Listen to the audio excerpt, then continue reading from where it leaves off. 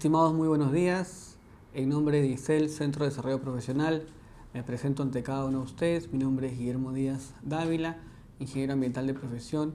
Vamos a comenzar el día de hoy nuestro primer módulo del curso de Seguridad y Salud.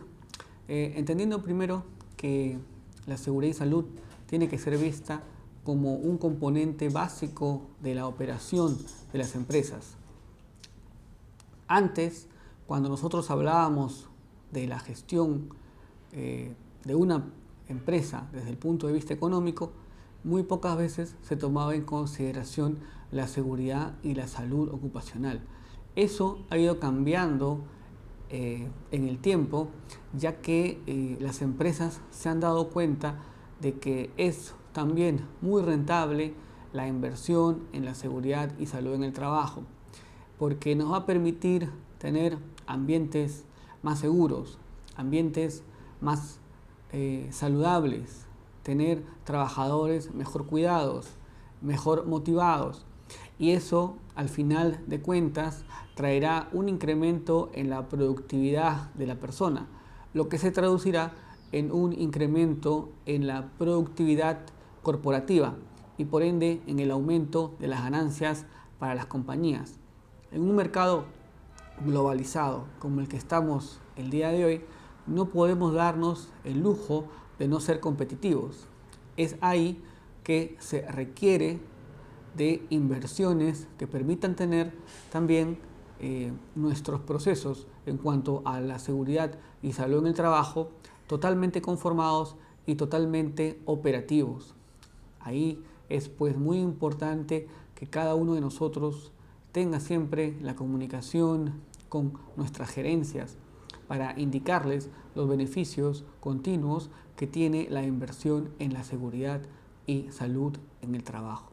Vamos a dar inicio entonces a los materiales que hemos preparado para el día de hoy y iremos poco a poco desarrollando a más profundidad los temas que estamos ahora iniciando.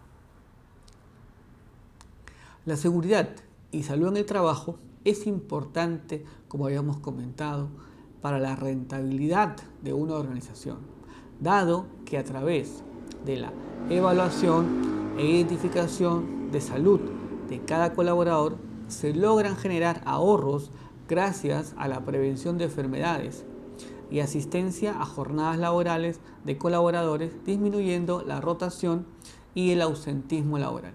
Imaginen, estimados, que estamos trabajando en un proyecto de construcción o en un proyecto de minería y que tenemos dos operadores que son pues los más capos manejando las máquinas. Lamentablemente, estos dos compañeros fueron a un almuerzo y en el almuerzo existió una contaminación bacteriana de la ensalada y captan una infección estomacal y los perdemos por 4, 5 hasta 7 días. ¿Quién manejará las máquinas con la eficiencia de estos operadores? Ahí estamos perdiendo recursos valiosos, horas hombre, productividad, alquiler de maquinaria, combustible, por una infección bacteriana. A veces los elementos microscópicos no los tenemos en cuenta y debemos desde ahora considerarlos, más que todo con el contexto COVID que todavía estamos, porque recuerden que hay un nuevo brote todavía en la parte del Asia, ¿no? Una nueva variante. Entonces todavía no está dicho que ya hemos ganado la guerra contra este microorganismo. Habremos ganado una batalla, pero todavía no la guerra. Entonces tenemos que seguir con los esfuerzos de desinfección, con los esfuerzos del uso de mascarilla y también a nuestra población trabajadora que debe estar totalmente vacunada de acuerdo a los últimos lineamientos legales que se han brindado. Pero acá es muy importante este punto. Seguridad es igual a rentabilidad. Salud es igual a rentabilidad. Nuestros trabajadores, si están más saludables, pues perderán menos días en ausentismo laboral. Eso se traducirá en mejores ratios o indicadores de horas hombre trabajadas en los meses y en los años. Al trabajar en un ambiente limpio y eficiente, los trabajadores son capaces de reducir sus distracciones y enfocarse realmente en la calidad de lo que están haciendo. Aquí en este punto yo quiero destacar la palabra eficiente. Y la palabra eficiente viene unido al orden. Debemos de tener orden en nuestro centro laboral. Debemos de tener orden en los talleres. Debemos de tener orden en los almacenes. Debemos tener orden en las estanterías. Debemos tener orden en la señalética. Nuestro ambiente laboral debe ser un ambiente pulcro, un ambiente ordenado, un ambiente que esté apto para recibir la visita de muchas personas, y en este caso, mientras más ordenado esté, más seguro esté. Estimados, todos hemos tenido en algún momento trabajo en un campamento o en una industria donde el desorden impera. Allí nos damos cuenta pues que esas condiciones que se generan por el desorden, llámese condiciones subestándar, pueden también generar los propios actos subestándar de los trabajadores. El trabajador hace una acción insegura, pero es a causa de una condición insegura mayor que se genera por un desorden. Desorden en la colocación de las maquinarias, desorden en la disposición de los residuos sólidos, desorden en el traslado de las materias primas. Si existe un desorden, pues también existirá la alta probabilidad de la ocurrencia de accidentes y lesiones. Es por ello que tenemos que darle prioridad al orden en nuestra operación, continuamente, a través de los checklists, de nuestras revisiones, inspecciones, auditorías y también a través del fomento de estas mejoras en el orden con las herramientas, las charlas de 5 minutos o con la herramienta de capacitación. Tenemos que orientar a difundir esta cultura de la seguridad y salud hacia todos los trabajadores. Es una cultura, porque la seguridad y salud no solamente es en la planta, no solamente es en la obra, no solamente es en el campamento minero o no solamente es en el campamento petrolero, sino también la seguridad y salud está después de la jornada laboral, porque implica mucho en el pensamiento nuestro, implica mucho en nuestra forma de trabajar, en nuestra forma de pensar, en nuestra forma de vivir. Y volvemos a recalcar este punto. ¿Cuál es la importancia de la seguridad? La seguridad en el trabajo es muy importante porque ayudamos a mantener un ambiente de tranquilidad, seguro y de calidad para nuestros empleados y nosotros mismos. Nosotros tenemos que estar en un ambiente también donde controlemos el ruido, donde controlemos los riesgos psicosociales, donde controlemos tal vez los vapores, los químicos tóxicos, las partículas que pueden estar cercanas y que pueden afectar a la población trabajadora. Pero también es parte de la persona humana ir mejorando poco a poco, y las relaciones laborales no son exentas a esta mejora. Todo se puede mejorar, todo es perfectible, y el trabajo en equipo es lo que tenemos que tratar de lograr, lo que tenemos que tratar de conseguir, ya que si conseguimos equipos de alto rendimiento, pues estos equipos nos brindarán satisfacciones en cuanto a rentabilidad, en cuanto a la mejora de la operación, en cuanto a compañerismo y en cuanto a marca de nuestra propia empresa. Y también es importante la seguridad porque sufrir un accidente laboral puede cambiar la vida del trabajador, de su familia, de los amigos y de los compañeros de trabajo. Totalmente cierto en este punto. Un accidente laboral, ese evento que nosotros no estamos deseando, le puede cambiar la vida totalmente a las personas. Imagínense un operador, un trabajador de planta que lamentablemente sufre amputación de un brazo o sufre amputación de una mano. Su productividad baja, su posibilidad laboral disminuye. Entonces este punto es muy importante de recalcar a todos los trabajadores. Cuando yo estoy trabajando con máquina pesada, cuando estoy trabajando con máquina de planta, cuando estoy trabajando con equipos electrónicos, debo estar 100% concentrado. No puedo distraerme porque lo que no ha pasado en 30 años puede pasar en un segundo. Así de cruda es la realidad en cuanto a la seguridad y salud, pero tenemos que hacerle conocer al trabajador la importancia de trabajar con la prevención. Y los enemigos de la prevención son el apuro. A veces estamos muy apurados y la seguridad lo dejamos en último plano. Cuando yo voy a iniciar mi jornada laboral, debo de entender que la seguridad también es parte de esa jornada laboral y debo de analizar cuáles son las mejores condiciones y las mejores labores en cuanto a la prevención de los riesgos en mi jornada laboral. Si voy a hacer trabajo en caliente, voy a tener que usar mi careta de soldador, voy a tener que usar un biombo, voy a tener que usar un extintor. Entonces yo voy preparando mis recursos para trabajar con seguridad en ese día de trabajo, ¿ok? Y es muy importante incorporar al trabajador. Recuerden que cuando iniciamos la jornada tenemos que dar la charla de 5 minutos, vamos a revisar nuestra matriz IPER-C con todos los controles propuestos, vamos a hacer nuestro análisis de trabajo seguro y vamos a explicar a toda la cuadrilla cómo vamos a trabajar el día de hoy y cuáles son los controles de seguridad que vamos a proponer. Eso es muy importante que todo el personal conozca para iniciar la jornada correctamente. Y hablábamos del accidente laboral, que cuando a veces es un accidente laboral complejo y que la persona puede tener la posibilidad de perder el trabajo luego o inclusive perder la vida, allí no acaba el accidente laboral. La persona que ya falleció ya está descansando. El problema recién va a iniciar, porque ¿quién va a velar por la familia que queda pues sin el sustento del trabajador o de la trabajadora? ¿Quién va a velar por esa familia? Sueños, proyectos de vida quedan truncos. Entonces, eso no lo podemos permitir. Cada uno de nosotros tiene sueños y proyectos de vida que debe de cumplir. En la medida de las posibilidades debe tratar de cumplir sus sueños y proyectos.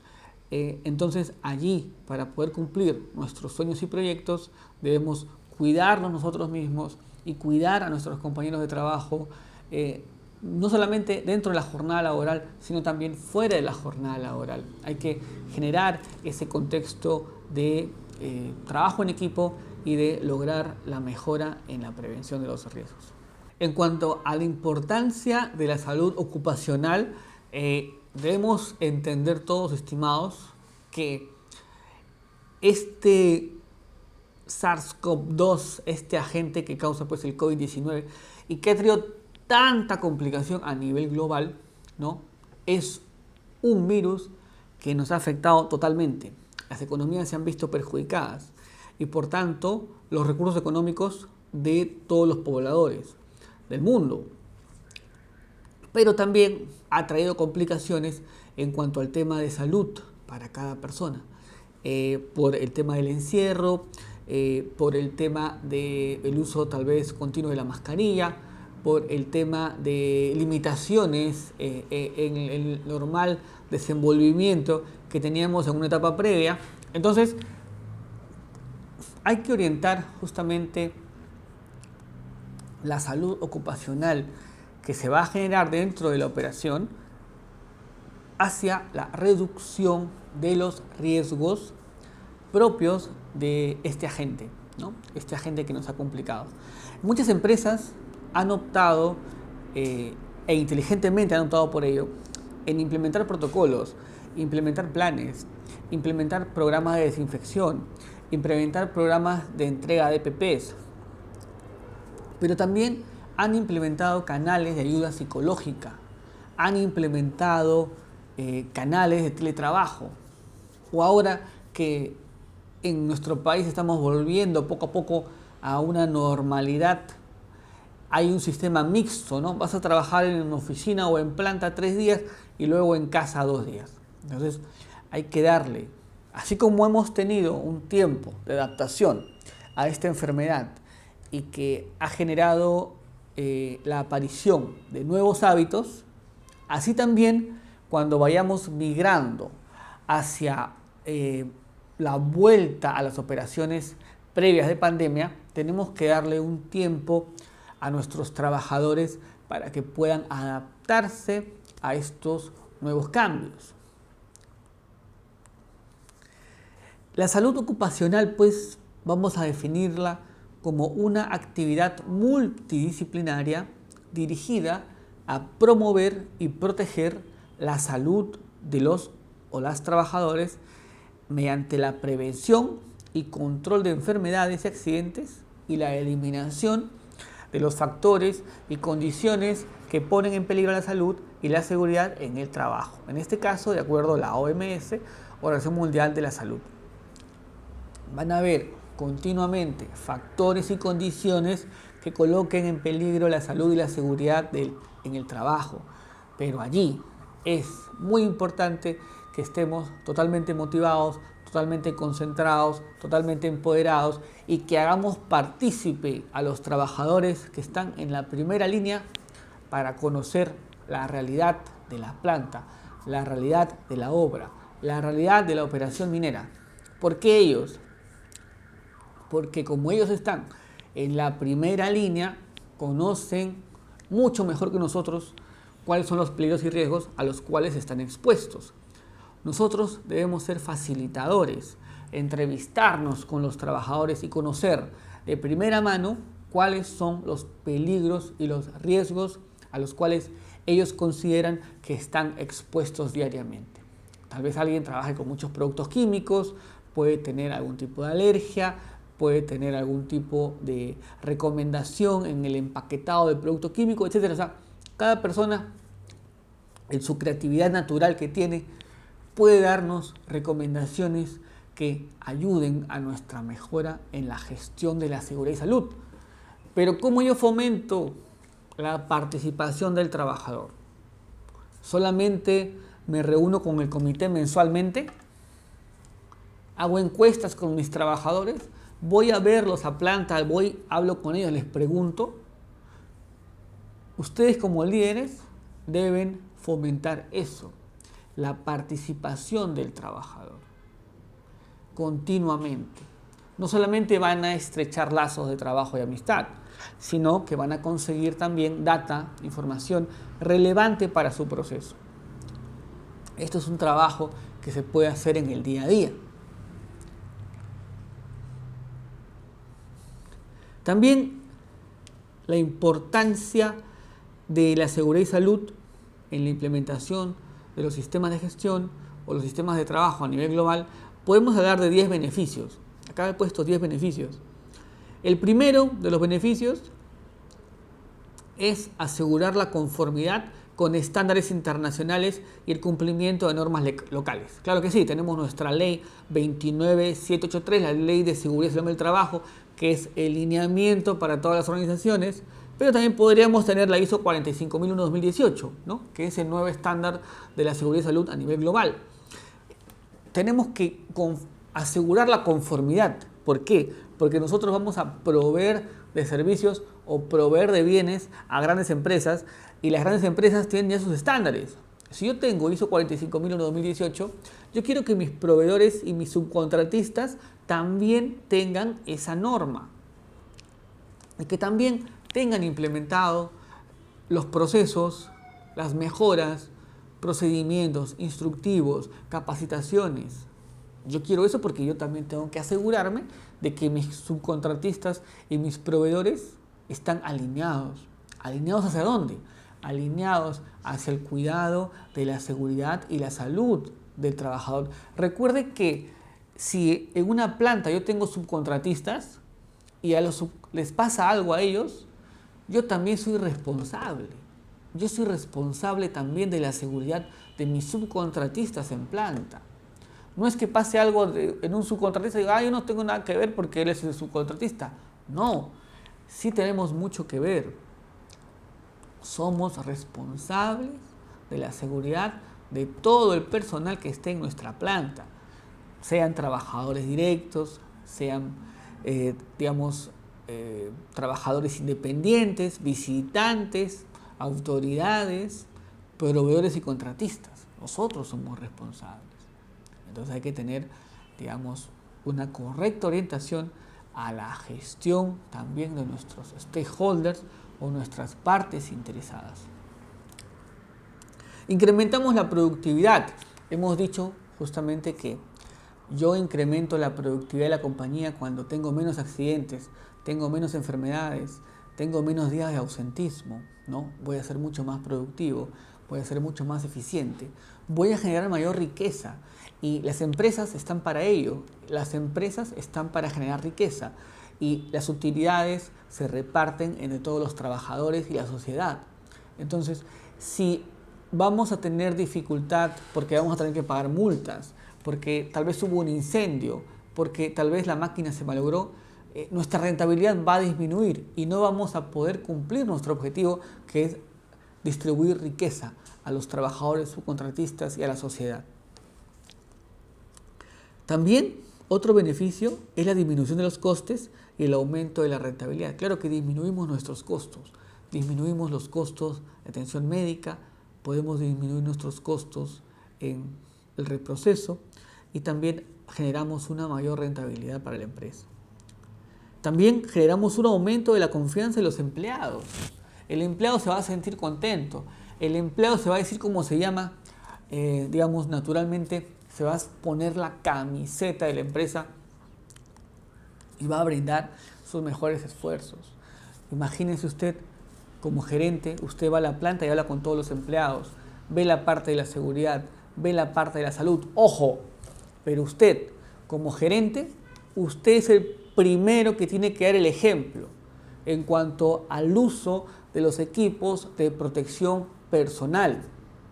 Imagínese que usted es el gerente y lo encuentran en la planta sin casco, lo encuentran en la planta sin lentes, lo encuentran en la planta sin zapatos de seguridad.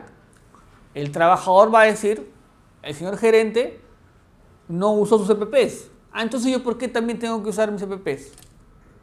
Esa es la primera imagen. Usted como gerente o jefatura va a ser observado por todos. Entonces allí usted tiene que dar el ejemplo hacia los demás.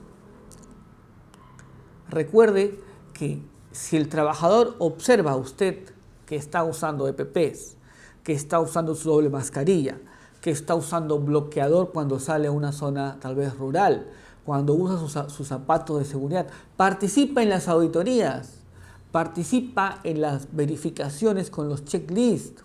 Entonces, el señor gerente está dándole mucho énfasis a la seguridad, yo también le voy a dar mucho énfasis a la seguridad. Es una cadena, pero esa cadena comienza con el ejemplo de las cabezas, de la alta dirección, de las gerencias y de la jefatura. ¿Ok?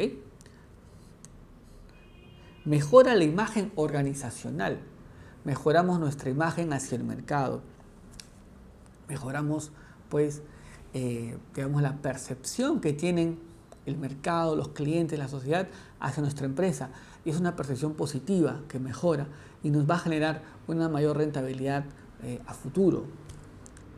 Incentivamos el liderazgo de los empleados. ¿Por qué? Porque el empleado se siente partícipe del sistema, el empleado se siente empoderado y el empleado le dice al ingeniero, mira, ¿por qué acá no podemos hacer esto? ¿O por qué no mejoramos esta baranda de seguridad? A esta máquina falta una salvaguarda. Entonces ya el propio trabajador va empoderándose y va ayudando al sistema. Generamos relaciones públicas positivas, justamente, porque las autoridades, las alcaldías, los proveedores van a ver con gusto, van a ver con agrado que nuestra planta ha mejorado en cuanto a la seguridad y salud y también nuestros trabajadores.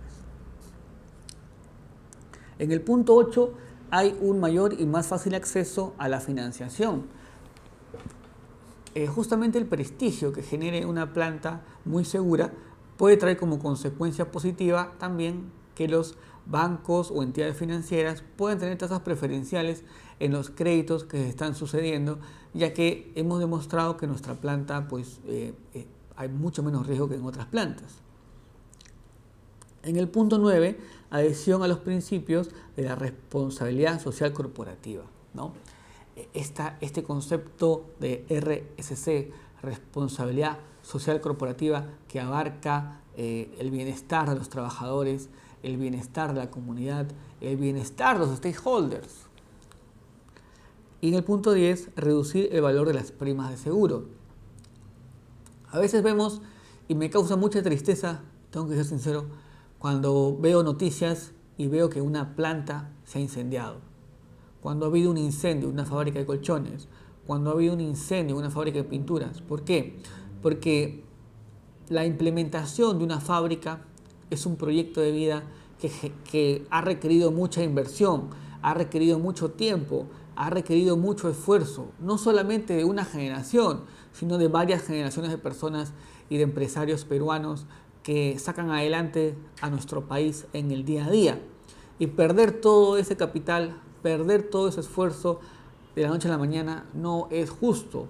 Por eso tenemos que implementar a todos, grandes empresarios, medianos empresarios y microempresarios, la importancia de la implementación de sistemas de seguridad en nuestras plantas. Los extintores, los botiquines, la formación de las brigadas de emergencia, capacitar al trabajador para que sepa reaccionar en una situación de emergencia, capacitarlo en primeros auxilios. Es importantísimo difundir estos elementos para que podamos tener una sociedad mejor, una sociedad más justa, donde no se pierdan estos recursos valiosos, porque estamos compitiendo con el mundo y nuestras fábricas, nuestras plantas, pequeñas, medianas y grandes, deben ser lo más eficientes posibles.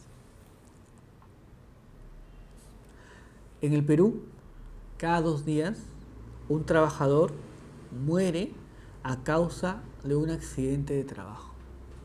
Cada 2 días muere una persona por un accidente de trabajo.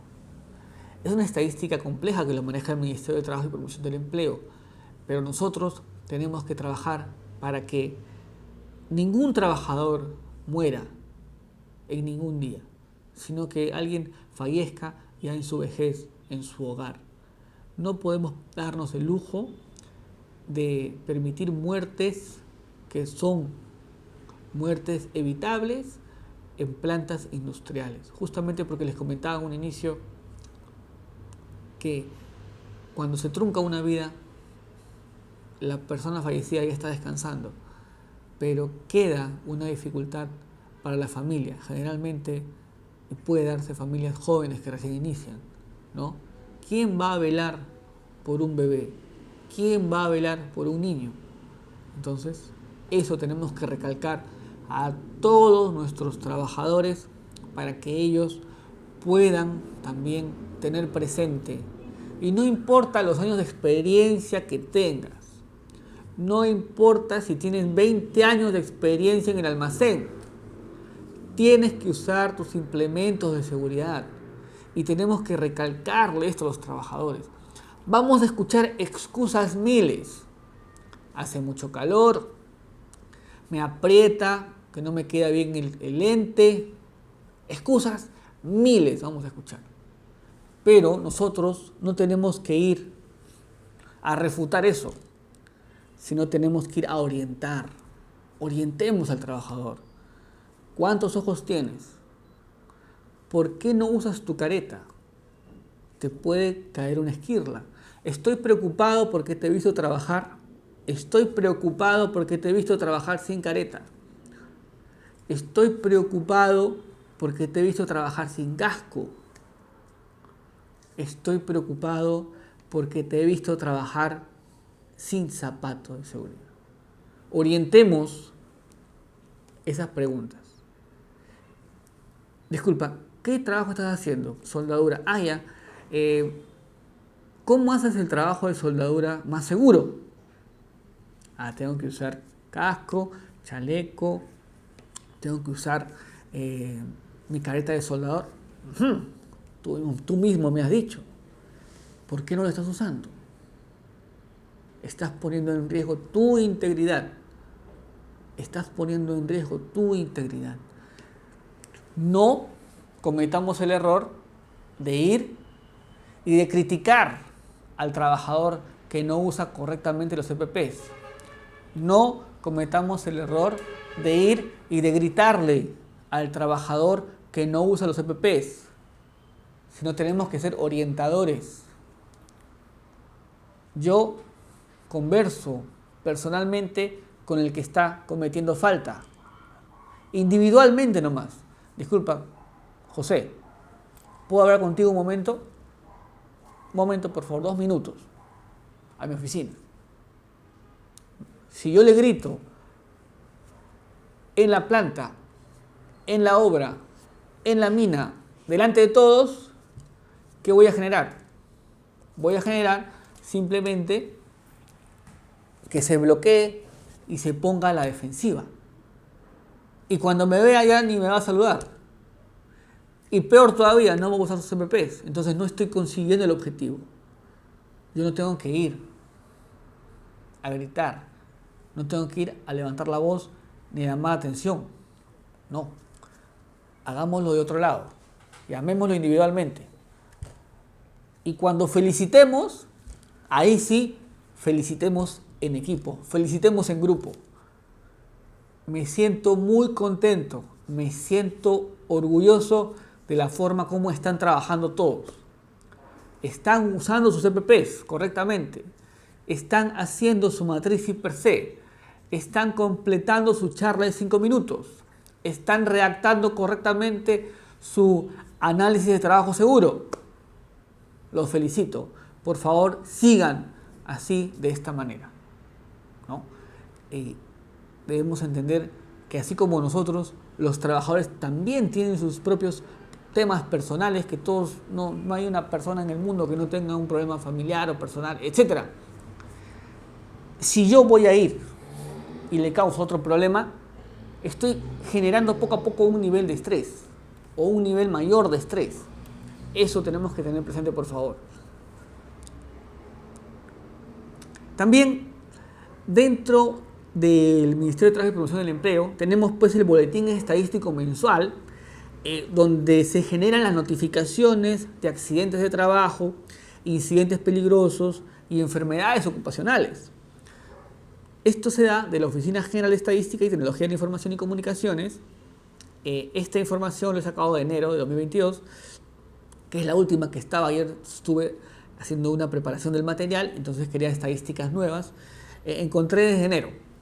Y nos dice que desde enero, de acuerdo con el Sistema Informático de Notificación de Accidentes de Trabajo, Incidentes Peligrosos y Enfermedades Ocupacionales, SAT, en el mes de enero de 2022 se registraron 1.132 notificaciones, lo que representa una disminución de 52.8% respecto al mes de enero del año anterior y una disminución de 57.9% con respecto al mes de diciembre del año 2021. Del total de notificaciones, el 97.44% corresponde a accidentes de trabajo no mortales, el 0.62% de accidentes mortales, el 1.68% a incidentes peligrosos y 0.27% a enfermedades ocupacionales. La actividad económica que tuvo mayor número de notificaciones fue industrias manufactureras con el 25.61%, seguido de actividades inmobiliarias, empresariales y alquiler con el 15.19%, entre otras. También aquí estamos observando un gráfico, el gráfico 1 del boletín de enero que les comentaba, donde dice Perú, evolución mensual de las notificaciones de accidentes de trabajo mortales. Esto va desde 2021 a 2022. Están evaluando solamente enero de 2022. Entonces nos indica que hay una disminución de menos 41.7% en la evolución mensual de notificaciones de accidentes de trabajo. O sea, en este enero de 2022 se han notificado menos accidentes que en enero del 21, en un 41.7%. Podríamos decir, no, lo que pasa es que las empresas han cerrado. En enero del 2021 había más empresas, ahora hay menos empresas. Podría ser un análisis, pero también podría estar relacionado con el trabajo en casa, ¿no? Recuerden que muchas plantas están trabajando y muchas personas también están trabajando en sus propias viviendas. Entonces, si yo tengo menos población que esté en planta, pues efectivamente estarán menos expuestos a sufrir accidentes de trabajo mortales. Y por ende, el porcentaje que yo voy a notificar disminuirá. Es también otra visión que podemos tener de este gráfico. En el gráfico número 2, que nos dice evolución mensual de las notificaciones de accidentes de trabajo del 2019 al 2020. Notificación de accidente. Igual, hay una variación de aproximadamente menos 58.2, eso fue en diciembre, y en enero nos habla de menos 53.3%, ¿no? Menos notificaciones de accidentes de trabajo. Y en cuanto a, en este gráfico 3, notificaciones según actividad económica, en enero tuvimos construcción casi 19%, servicios sociales y de salud casi 0.7% aproximado, explotación de minas y canteras, estamos hablando de casi 6%, otras actividades, servicios comunitarios, sociales y personales, casi 5.3%, administración pública y defensa 3%, otras 3%, industria manufacturera, que casi es el grueso, ¿no?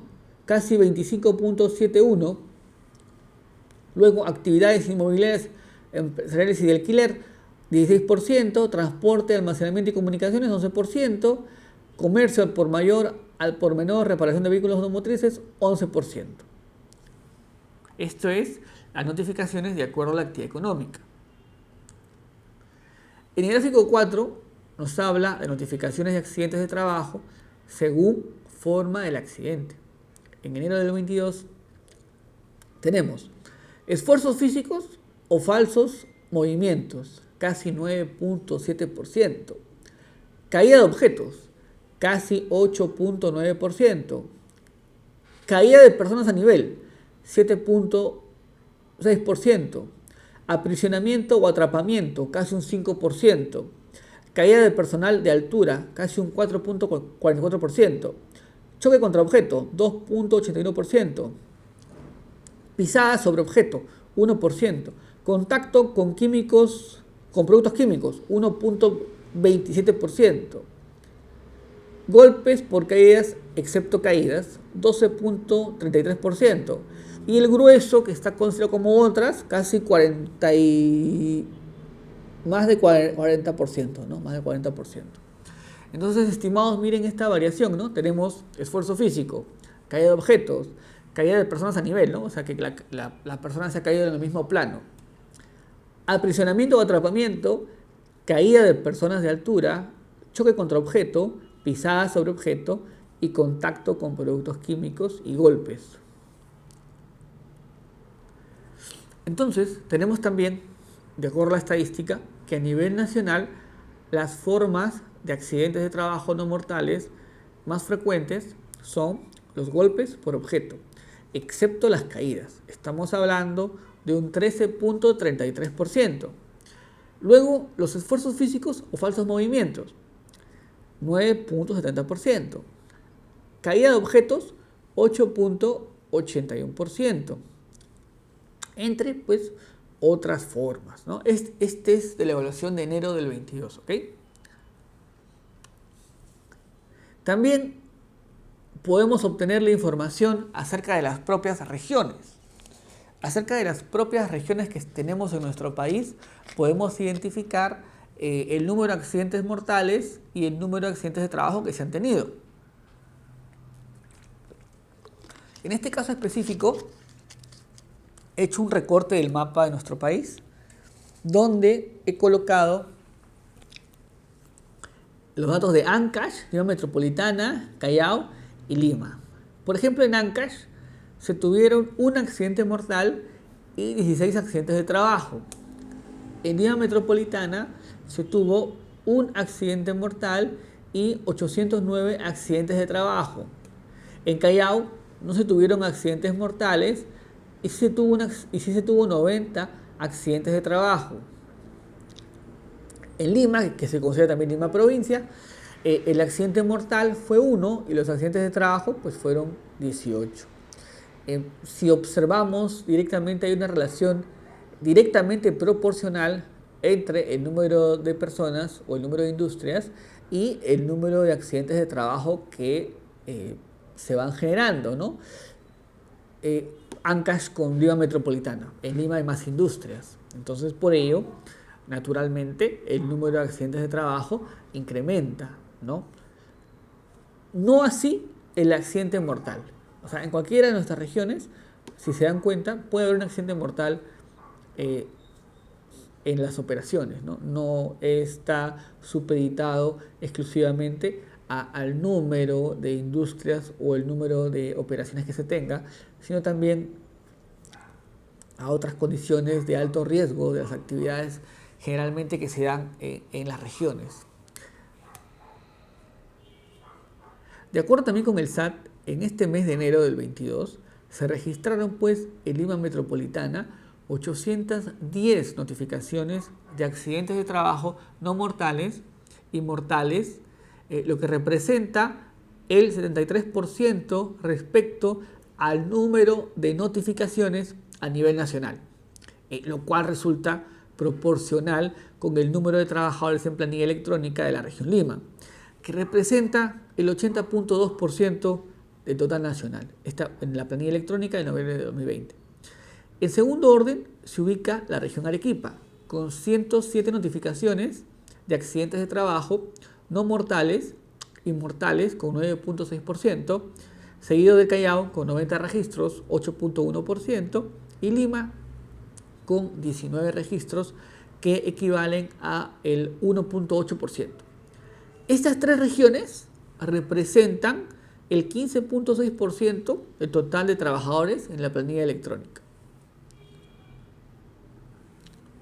Aquí estamos viendo el gráfico 6 que tiene referencia a las notificaciones de accidentes de trabajo mortales según forma del accidente. Tenemos contacto con electricidad 1, choque de vehículos 2, caída de persona de altura 1 y caída de objetos 1, otras formas 2. Y también en el gráfico 7 estamos observando las notificaciones de accidentes de trabajo mortales según agente causado en enero de 22. Tenemos electricidad, fue el causante de un deceso, vehículos o medios de transporte en general fueron el causante de 2 decesos y otros se consideran en 4 decesos en este enero de 2022. Y aquí también estamos viendo el gráfico 8, las notificaciones mensuales de incidentes peligrosos, ¿no? Y obsérvese pues que hay una variación entre enero del 22 a enero del 21 de menos 44.1% en notificación mensual de incidentes peligrosos, ¿no? Y vuelvo a recalcar, considero desde mi observación y desde mi óptica que se debe generalmente a que hay un teletrabajo.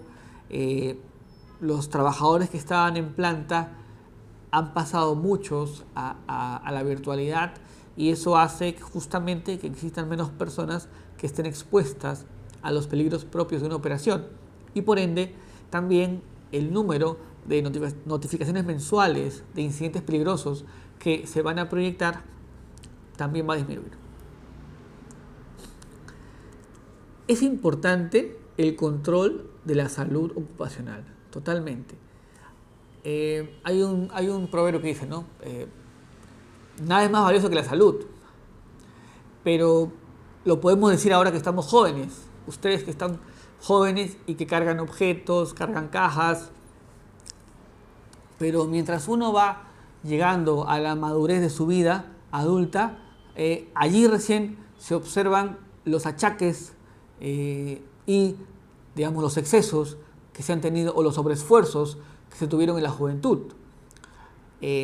Por ejemplo, en el caso del ruido, muchas personas que han trabajado en carpintería y que han estado expuestos a ese ruido de las máquinas cortadoras de madera toda su vida, cuando llega la vejez, generalmente muchos de ellos no logran escuchar. ¿Por qué? Porque el tiempo de exposición que tuvieron a ese nivel de ruido ha hecho poco a poco que nuestros órganos auditivos, que no se regeneran, se vayan perdiendo poco a poco. Y al llegar a la vejez, su capacidad auditiva es casi nula. Tienen que usar estos dispositivos auriculares para tratar de escuchar mejor. Pero lamentablemente todos nuestros adultos mayores no tienen la capacidad económica y tal vez no todos cuenten con un familiar que pueda solventar este costo de estos auriculares que están bordeando entre los 5.000 y 7.000 soles. Es por eso que ahí tenemos que recalcar la prevención en el trabajo, la prevención como sociedad.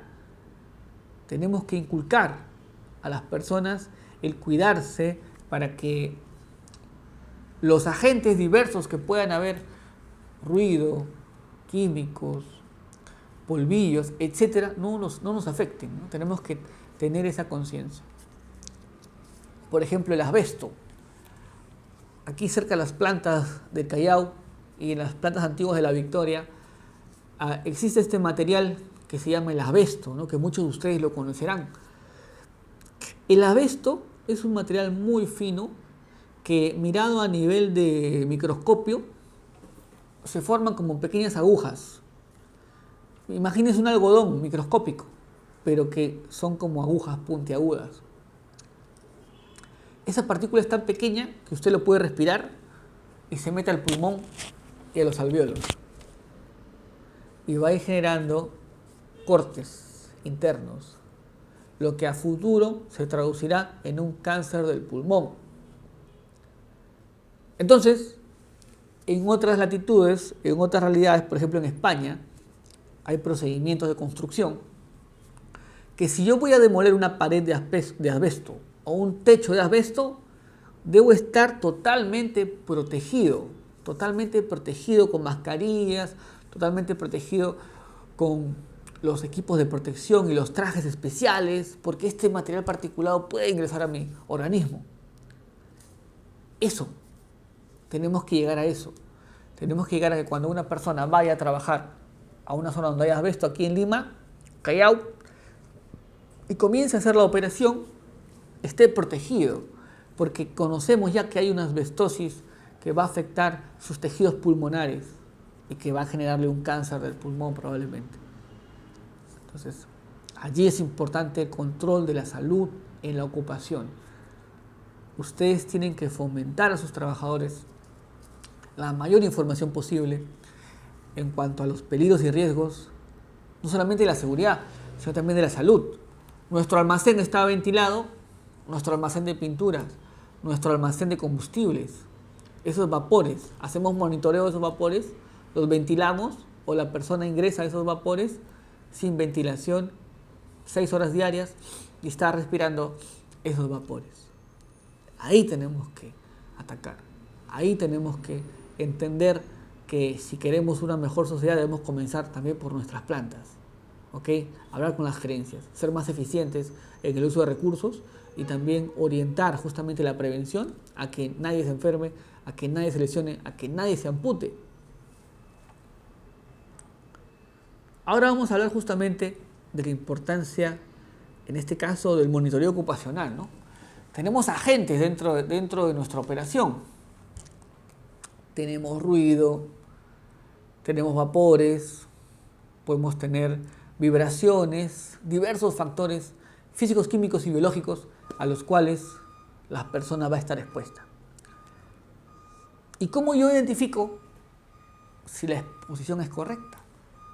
Bueno, se debe ejecutar pues el monitoreo ocupacional, que tengo que hacer lo mínimo una vez al año de acuerdo a norma, ¿no? Yo voy a hacer mi monitoreo ocupacional. Estos monitoreos pues evalúan el nivel de exposición que tienen los trabajadores a los agentes ocupacionales. O sea, yo voy a medir, quiero medir el ruido, voy con mi dosímetro, le coloco el dosímetro al trabajador, claro, previa calibración, revisión de baterías, coloco el dosímetro y voy esperando el tiempo para la medición de esta data. Voy tomando los datos, voy midiendo el nivel al cual está expuesto el trabajador en este ruido. Después del monitoreo, si es directo, puedo observarlo en la máquina directamente y voy evaluando si cumple con la legislación o cumple con lo que nosotros todos estamos pidiendo para, en este caso específico, el nivel de ruido, ¿verdad? Puedo evaluar la parte ergonómica, puedo evaluar posturas, puedo evaluar levantamiento de la carga, puedo evaluar también, muy importante, y que vamos a comenzar ahora, la parte psicosocial. A veces, estimados, cuando nosotros vemos seguridad y salud, vemos chaleco, vemos casco, vemos guantes, ¿no? Vemos señalización, vemos si hay extintores, vemos si hay botiquines, pero nos hemos detenido a pensar y nos hemos detenido a ver la parte mental de nuestros trabajadores, los factores de estrés que tienen nuestros trabajadores. Eso no lo vemos. Sí lo vemos, pero lo vemos cuando el trabajador ya estalló, cuando se generó un problema, una pelea, una riña, un insulto fuerte dentro de la planta o dentro de la empresa. Ahí recién lo vemos. Porque generalmente lo que no se ve no lo tomamos en cuenta. Pero la parte mental considero que es mucho más importante que la parte también de brindarle el elemento EPP. Porque si yo tengo un trabajador que en este caso está distraído, tiene problemas personales, tal vez no ha podido dormir bien por un tiempo, esos factores de este trabajador van a traer como consecuencia que no esté 100% en la operación, que no esté 100% en la actividad, ¿ok? Ese punto es muy importante. Entonces yo tengo que tener conciencia de que el trabajador va a tener que estar en prevención. O sea, si el trabajador está estresado, está preocupado, está con problemas personales, está con problemas familiares, es como un globo de helio y yo le voy a generar un estrés extra, ese globo de helio lo voy a hacer explotar y se va a generar problemas al interno de la empresa. Es por eso que tenemos que evaluar los factores psicosociales. Los factores psicosociales. El estrés, el mobbing. El estrés es la enfermedad del siglo XXI. Y el mobbing tiene que ver con el acoso, pero el acoso laboral. Entonces, esos puntos complican el desempeño propio del trabajador. Si yo estoy tranquilo, si yo estoy contento, si yo estoy feliz, voy a ser más productivo que si yo estoy molesto, que si estoy estresado, que si estoy complicado o que si estoy en un ambiente que me genera ese estrés. Entonces, nosotros tenemos que, aparte de ver la seguridad señalética, EPPs, cascos, guantes, etc., tengo que ver también que el área donde está mi trabajador sea cómodo para él. Porque de esa manera voy a incrementar la productividad. De esa manera voy a lograr que se generen las mejores condiciones. ¿Okay? Estamos hablando ahora de la importancia justamente del monitoreo ocupacional.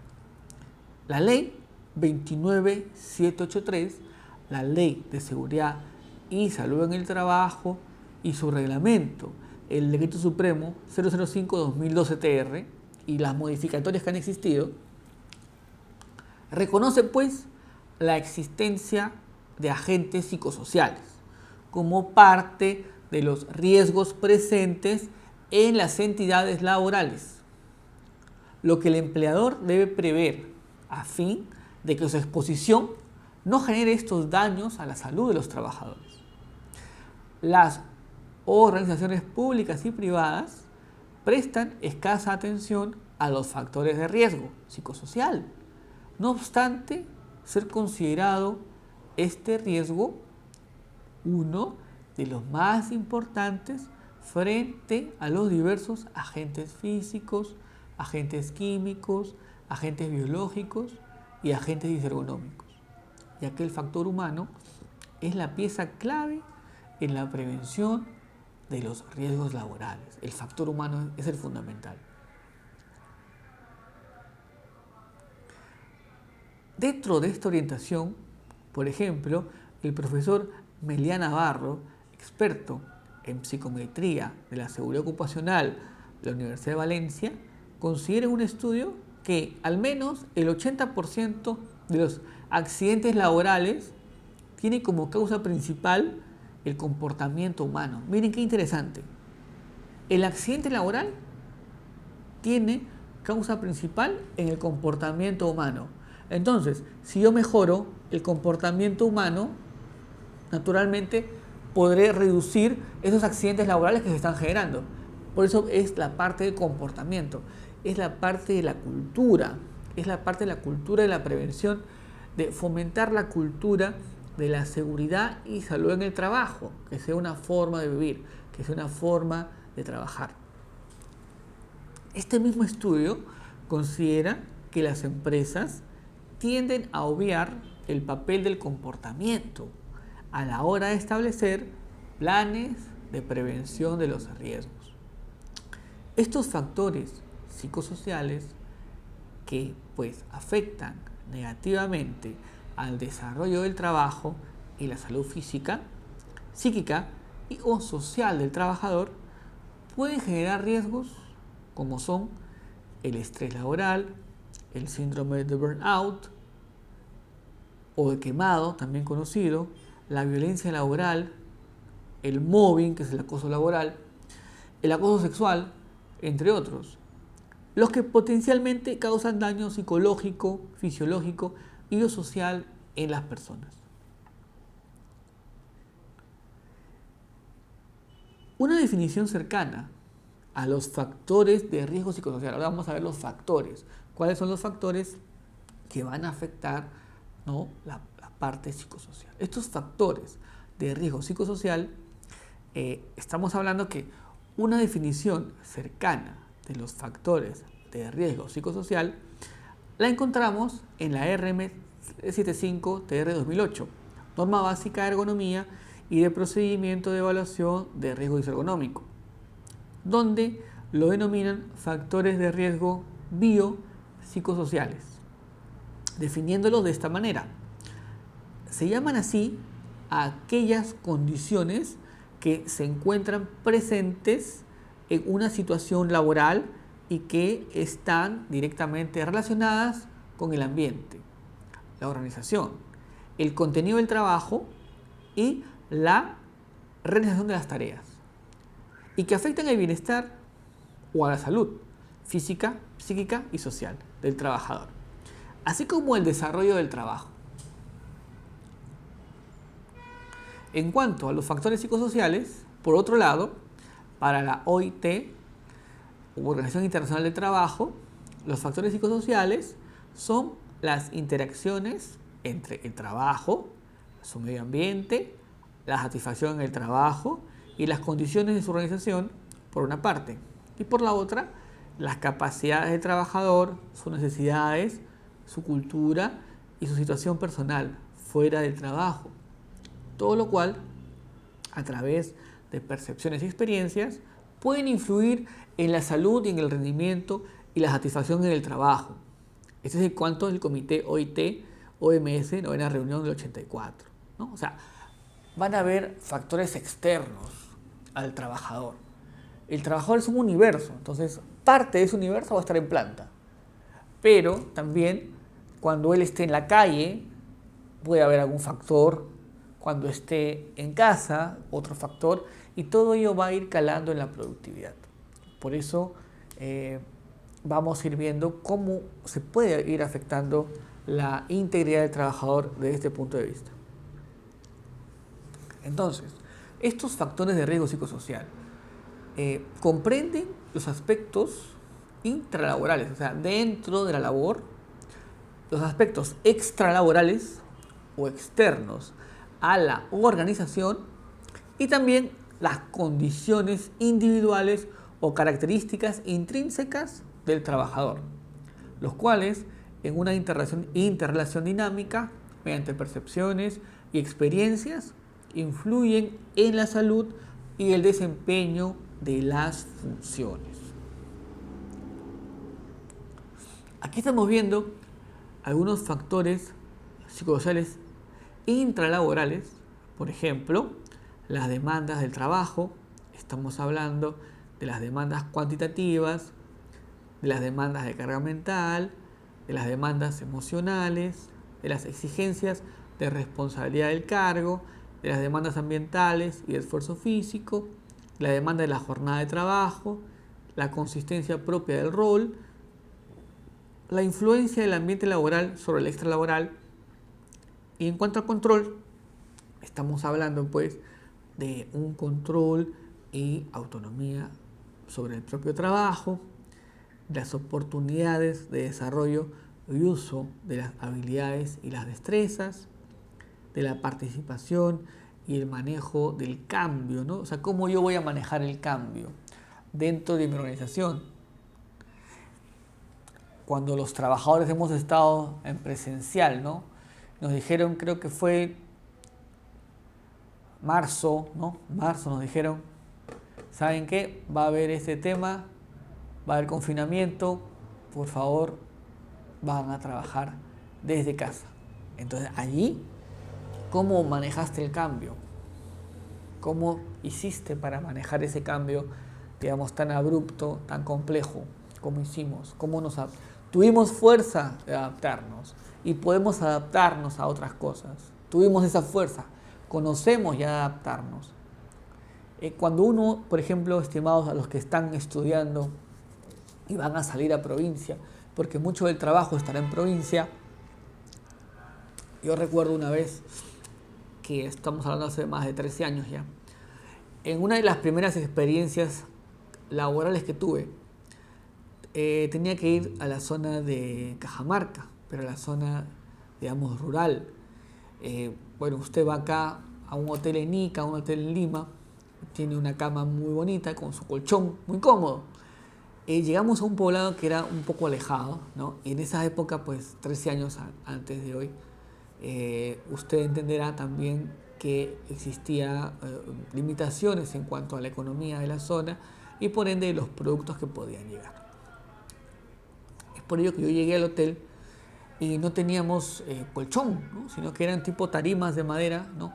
Y nos daban nuestras colchas, esas colchas tipo tigre, ¿no? Y ahí teníamos que dormir, ¿no? Entonces, la capacidad de adaptación que usted tenga es importante para que pueda estar en diversos proyectos. Usted podría ir a la selva, podría ir a la sierra, a la costa, pero tiene que adaptarse, ¿no?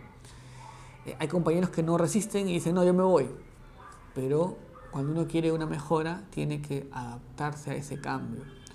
Y la recomendación personal mía sería que cuando tengan un tiempo, una vacación, viajen con sus amigos, con su familia, para que conozcan lugares y fortalezcan esta capacidad de adaptación. Es importante eso. Luego también la claridad de los roles, ¿no? Cuáles van a ser los roles de trabajo definidos.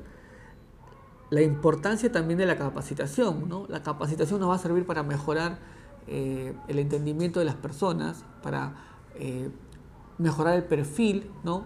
Y es muy importante la capacitación, pero para todos los trabajadores. Estamos hablando de gerencias, estamos hablando de jefaturas, estamos hablando de operación. A veces solamente se capacita a los jefes, pero no podemos hacer excepciones. Todos deben capacitarse en diversos temas de acuerdo a sus requerimientos específicos y sus gustos también. Tal vez un trabajador quiera conocer un poco más de software, tal vez un trabajador quiera conocer un poco más de sistema de gestión. Entonces hay que también hacerlos partícipes a ellos para que sientan que el programa de capacitaciones está justamente tomando en cuenta su criterio y sus requerimientos de crecimiento personal. En el 1.3 estamos hablando de liderazgo y relaciones sociales en el trabajo.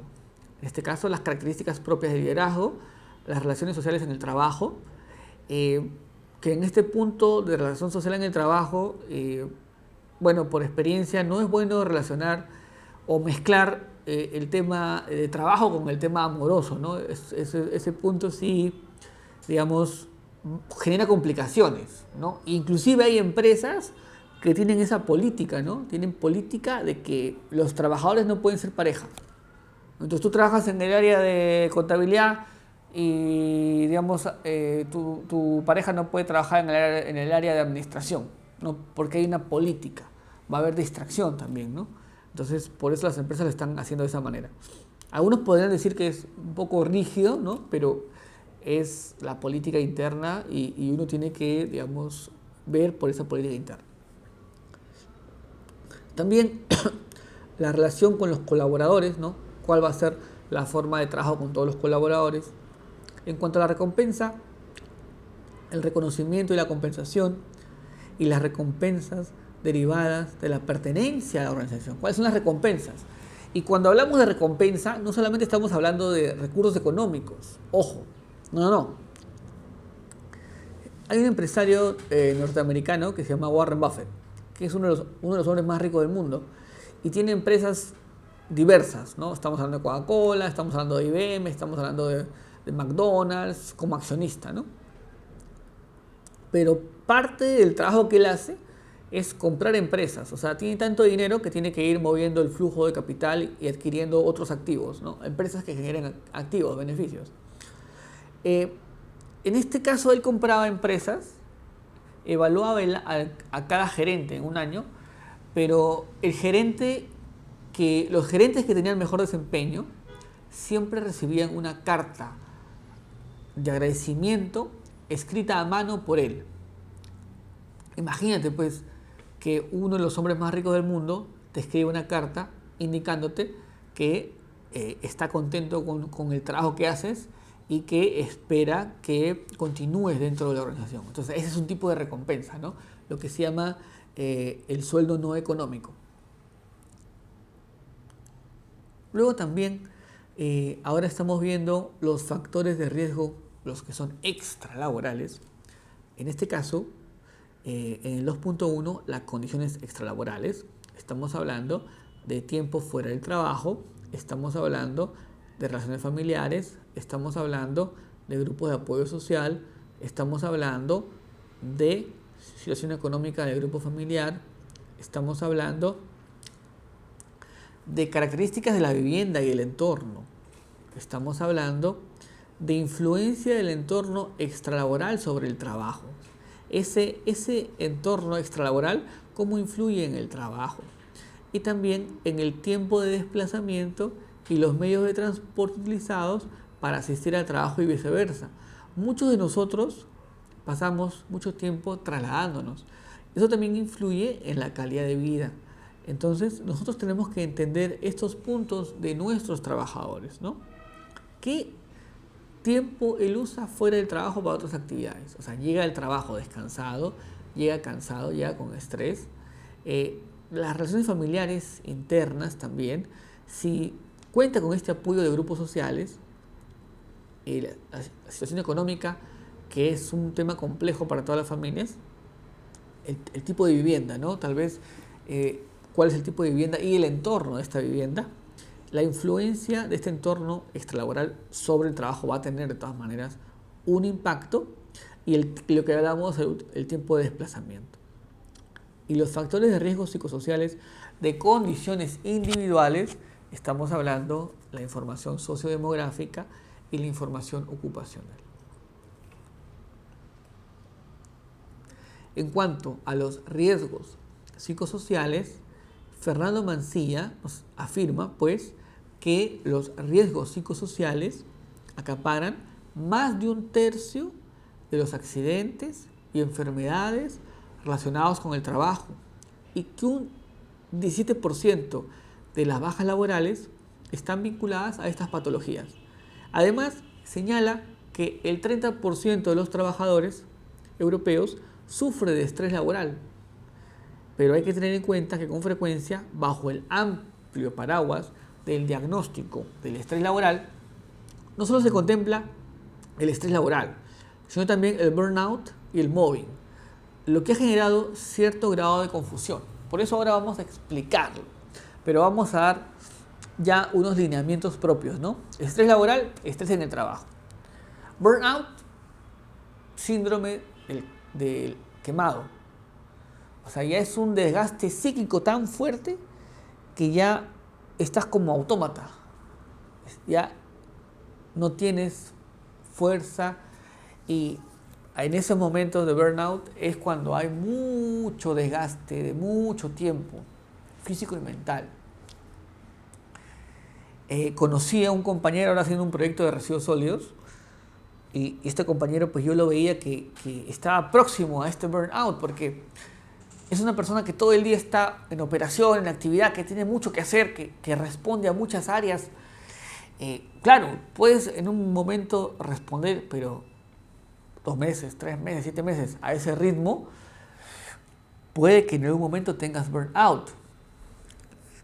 Es por eso, estimados, muy importante el buen descanso, el buen dormir a nuestras horas, descansar, tener una buena alimentación y no, digamos, generar un mayor trabajo hacia nosotros. Generalmente el burnout también tiene que ver mucho con personas que a veces no saben decir que no. O sea, viene alguien, me llamo Guillermo, ¿no? Guillermo, ¿puedes ayudarme con esto? Yo tengo mis propias tareas. Y yo te digo, bueno, como soy nuevo en la empresa, quiero que quede bien con todos, ¿no? Sí te ayudo, ¿no? Dame. Yo tengo un documento ya. Viene otra persona, Guillermo, ¿y me puedes ayudar con estas firmas? Sí, te puedo ayudar. Ya tengo 2. Y así Guillermo, pues en la semana recibe más y más papeles, ¿no? Y tú tienes tus propias actividades que hacer. Y tienes más tareas. Entonces vas a tener más estrés, vas a tener más desgaste mental y físico. Y si ese ritmo es continuo en 1, 2, 3 años, simplemente te estás desgastando.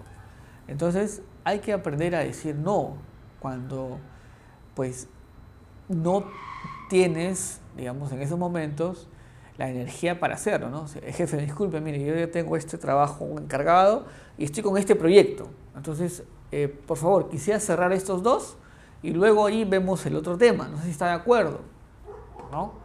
Hay que usar también, digamos, los tipos de comunicación, ¿no? Sabemos que hay la asertiva, que hay la pasiva y que hay la agresiva, ¿no? La agresiva no la recomiendo para responder al jefe, pero sí podemos usar la asertiva, ¿ok? Entonces, así vamos a explicarle justamente que nuestra carga de trabajo es fuerte y que tenemos que estar limitados en este punto, ¿ok? Luego también, en cuanto a los riesgos psicosociales, tenemos los directos. La enfermedad o incapacidad temporal, ausentismo o absentismo laboral, incapacidad permanente y el accidente de trabajo. Incapacidad temporal, no voy a la empresa por unos días, ¿no? Me disloqué el hombro, por ejemplo. Ausentismo, me enfermé, tiene COVID, se ausenta. Incapacidad permanente, me amputé un dedo, una mano. Accidente de trabajo, derrame de combustible y lesión de la persona. Aquí en estos puntos, nosotros no queremos ninguno de estos. No queremos incapacidad, enfermedad, ausentismo, incapacidad permanente o accidente de trabajo. Entonces tenemos que trabajar de la mano con el trabajador para lograr esta cultura de la prevención y que ellos también participen, ¿no? Que ellos también participen y que puedan informarnos de toda la problemática que puedan tener. Y la idea es mejorar la condición de trabajo. En los riesgos psicosociales indirectos, quiebran las relaciones humanas, afectan la productividad y la calidad en el trabajo. También reducen la creatividad, disminuyen el rendimiento del trabajador. Además, debido a la rotación de los puestos de trabajo, crea condiciones favorables para que se produzcan accidentes, incidentes y las enfermedades ocupacionales.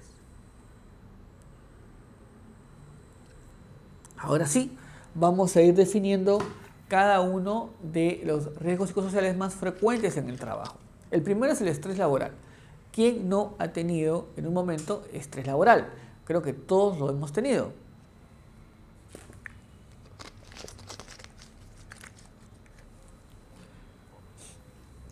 Entonces, la definición del estrés laboral es el estado físico y psíquico resultado de la falta de adaptación del trabajador a las exigencias del trabajo, que origina medio o presunción de que una amenaza se cierne sobre él, produciéndole alteraciones tanto orgánicas como anímicas. Es el principal riesgo psicosocial propio de las organizaciones empresariales modernas en las que el trabajo mental ha superado el trabajo físico. Este panorama industrial determina pues nuevos ritmos de trabajo, la transformación de los procesos productivos como de las organizaciones, a las que debe acomodarse el trabajador. Esta adaptación, a la que no siempre el trabajador puede responder de forma satisfactoria, favorece la aparición del estrés. En este caso vamos a ver ahora el síndrome de burnout o de estar quemado, los que le comentaba hace un momento, ¿no? El síndrome de burnout. Es el agotamiento psíquico que surge cuando el trabajador advierte que han quedado defraudadas sus expectativas respecto al trabajo y no tiene medios para modificar el curso de las cosas. El síndrome de burnout comparte una respuesta inadecuada a un estrés crónico que no surge de manera súbita, sino que es un proceso continuo que aparece progresivamente en el ámbito laboral.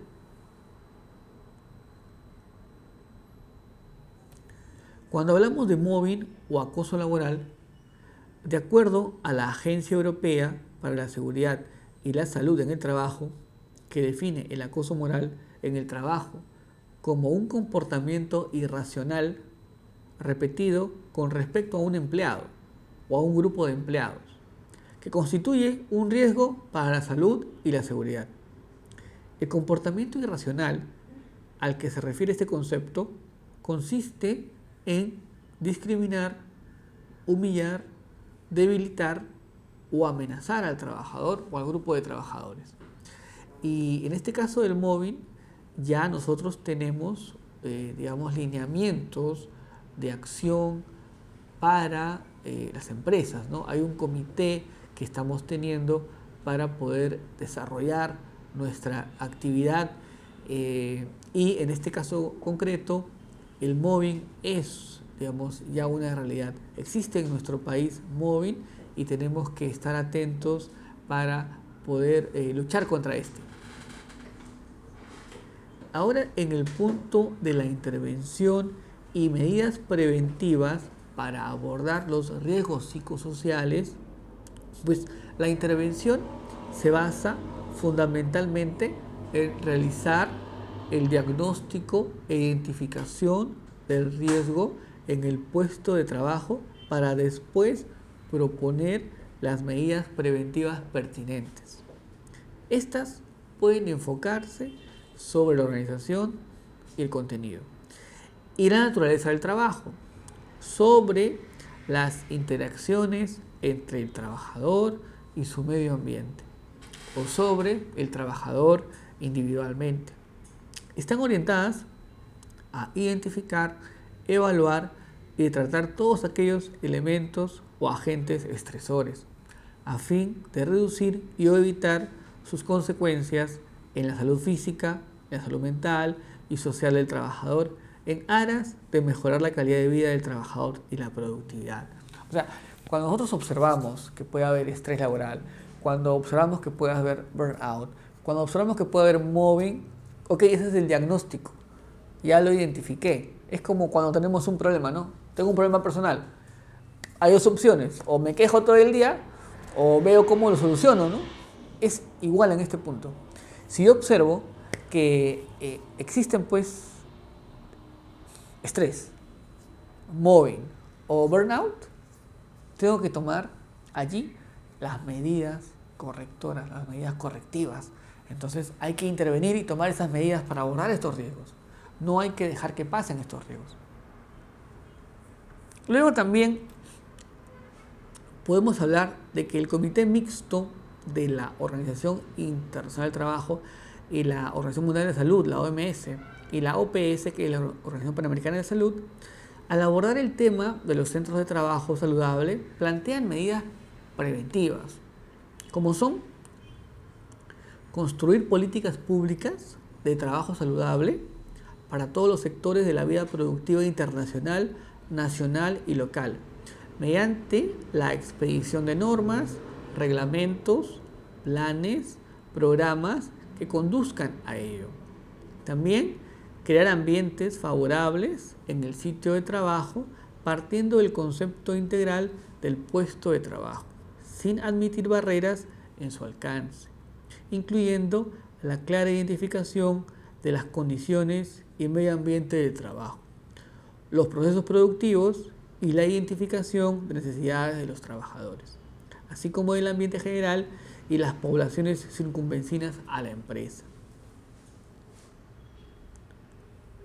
También nos recomienda el fortalecimiento de la organización y participación de la comunidad trabajadora y general a través de los comités o comisiones de salud y seguridad conjuntas entre empleados y trabajadores, y de la acción comunitaria a nivel intersectorial en materia de condiciones del ambiente general, de trabajo, de vivienda, de educación y de vida, entre otros.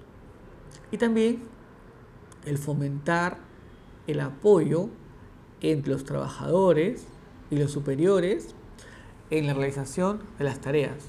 Por ejemplo, potenciando el trabajo en equipo y la comunicación efectiva, eliminando el trabajo en condiciones de aislamiento social o de competitividad entre compañeros.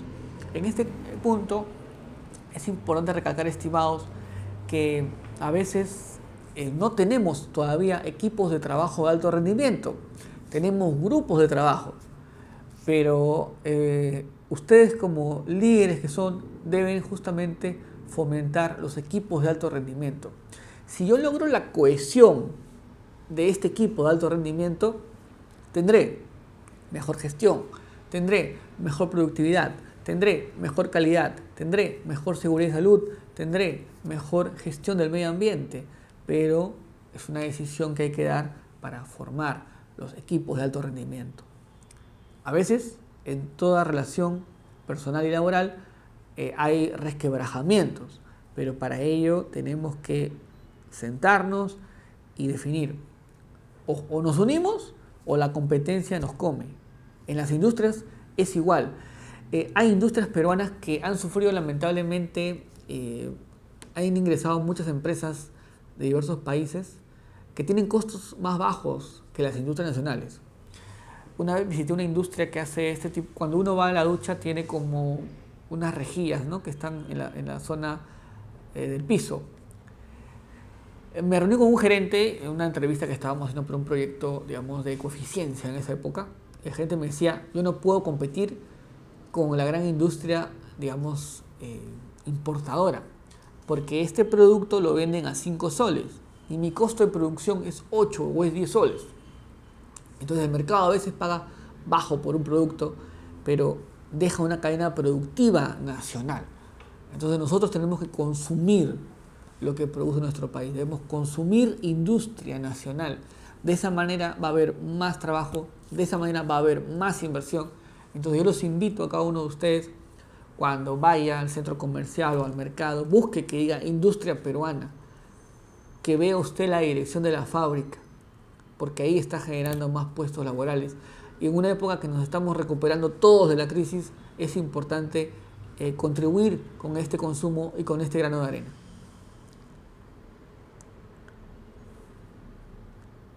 También debemos promocionar la autonomía de los trabajadores en la realización de tareas, por ejemplo, potenciando la participación efectiva en la toma de decisiones relacionadas con los métodos de trabajo, en el orden de las actividades. ¿Cuál va a ser el orden de estas actividades? La asignación de funciones. ¿Cuáles serán mis funciones en el proyecto?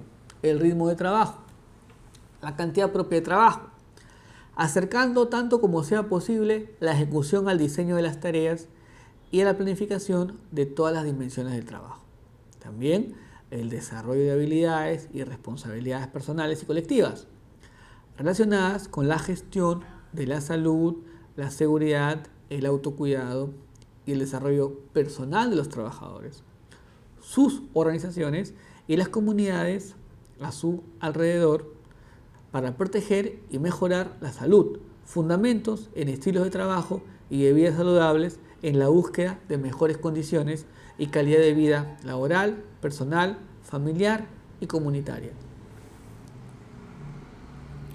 También debemos garantizar el respeto y el trato justo a las personas, proporcionando salarios justos de acuerdo con las tareas efectivamente realizadas y la calificación del puesto de trabajo, garantizando la equidad y la igualdad de oportunidades entre géneros.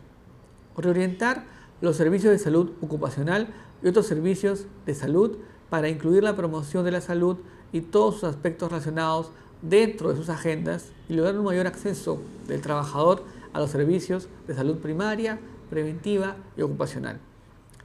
Pretende trascender el horizonte clínico del servicio para buscar las soluciones en materia de promoción de la salud de los trabajadores y de prevención de las enfermedades encaminados a la mejor protección de su salud y de sus grupos familiares.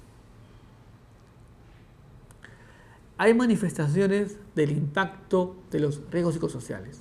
Por ejemplo, en el conductual puede darse el aumento del consumo del alcohol y del tabaco. Puede darse una disminución de la actividad física. Puede haber cambios en la dieta. Puede haber problemas para dormir. A nivel de la organización, aumenta el ausentismo por causas médicas. Aumenta en la rotación del personal. Aumenta el deterioro del clima laboral y también la disminución del compromiso organizacional, o sea, va a haber menos compromiso. En cuanto al conocimiento cognitivo, se tiene pues una manifestación o variación en la toma de las decisiones, en el nivel de la atención o nivel atencional. En cuanto al afectivo, estamos hablando de la ansiedad y estamos hablando de la depresión que puede darse, ¿no? Ahora con el tema de la pandemia hemos tenido muchos estos puntos relativos con la ansiedad y con la depresión. Y en el estado de la salud estamos hablando de la hipertensión, de las enfermedades cardiovasculares, de los problemas gastrointestinales, de la inmunodepresión.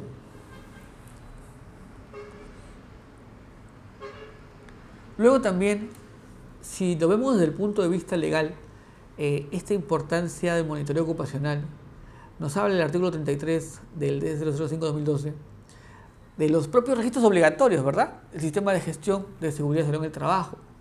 Y nos dice en el inciso C, registro del monitoreo de agentes físicos, químicos, biológicos, psicosociales y factores de riesgo económico. Psicosociales, ahí está. Ya es un requerimiento para nuestra gestión y que tenemos que ver, tenemos que evaluarlo, tenemos que entenderlo. Justamente este riesgo psicosocial va a estar continuamente apareciendo. Entonces nosotros tenemos que mapear lo que está sucediendo en ese momento y poder tomar las acciones de mejora en ese punto. También en el artículo 33, aprovechando justamente un poco de la gestión, nos habla de los registros obligatorios de la documentación que debo manejar en cuanto a la seguridad y salud, de acuerdo a nuestro reglamento. En este caso nos habla de los registros de accidentes de trabajo. Debo registrar mis accidentes, las enfermedades ocupacionales, los incidentes peligrosos y otros incidentes en el que deben constar la investigación y también deben constar las medidas correctivas. Tiene que haber también el registro de los exámenes médicos ocupacionales, el registro de inspecciones internas de seguridad y salud en el trabajo, o sea, inspecciones internas que cada uno de nosotros ha realizado en su operación.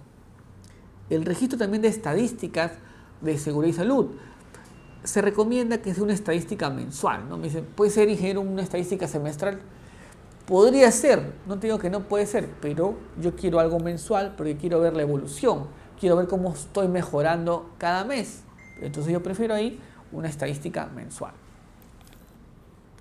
Luego también los registros de equipos de seguridad o emergencia que se van a tener. Y el registro de inducción, el registro de capacitación, el registro de entrenamiento y de los simulacros de emergencia. Y también los registros de auditoría. Muchos se confunden o no toman en consideración este último punto G, el registro de auditoría. Y llega el auditor mientras una fila y dice, disculpe, ¿me puede pasar o brindar su registro de auditoría? Y todos se quedan mirando. ¿El registro de qué? ¿Tengo accidente? ¿Tengo enfermedad? No, auditoría. Y no lo tuviste en ese momento, ¿no? Entonces todos, desde la A a la G, son importantes, por favor, ¿ok? Y en eso también el registro de las auditorías. Luego también estamos viendo ahora esta carga mental del trabajo, ¿no? Que lo hemos definido ya también como el esfuerzo intelectual que debe realizar el trabajador para hacer frente al conjunto de demandas que recibe en el curso de la realización de su trabajo. Este factor valora la carga mental a partir de los siguientes indicadores. Las presiones de tiempo que se contemplan a partir del tiempo asignado a la tarea, la recuperación de retrasos y el tiempo de trabajo con rapidez. Podría haber un esfuerzo de atención que viene dado por una parte por la intensidad o el esfuerzo de concentración o reflexión necesarias para recibir las informaciones del proceso y elaborar las respuestas adecuadas, y por la constancia con que debe ser sostenido este esfuerzo. El esfuerzo de atención puede incrementarse en función de la frecuencia de aparición de incidentes y las consecuencias que pudieran ocasionarle durante el proceso por una equivocación del trabajador. La fatiga percibida. La fatiga es una de las principales consecuencias que se desprende de una sobrecarga de las exigencias de la tarea. El número de informaciones que se precisan para realizar la tarea y el nivel de complejidad de las mismas son dos factores a considerar para determinar la sobrecarga. Así se mide la cantidad de información manejada y la complejidad de esa información. La percepción subjetiva de la dificultad que tiene para el trabajador su propio trabajo. Y en este caso sería pues el último punto. Luego comenzaremos ya al desarrollo de las siguientes sesiones. Muchas gracias con todos en esta primera oportunidad.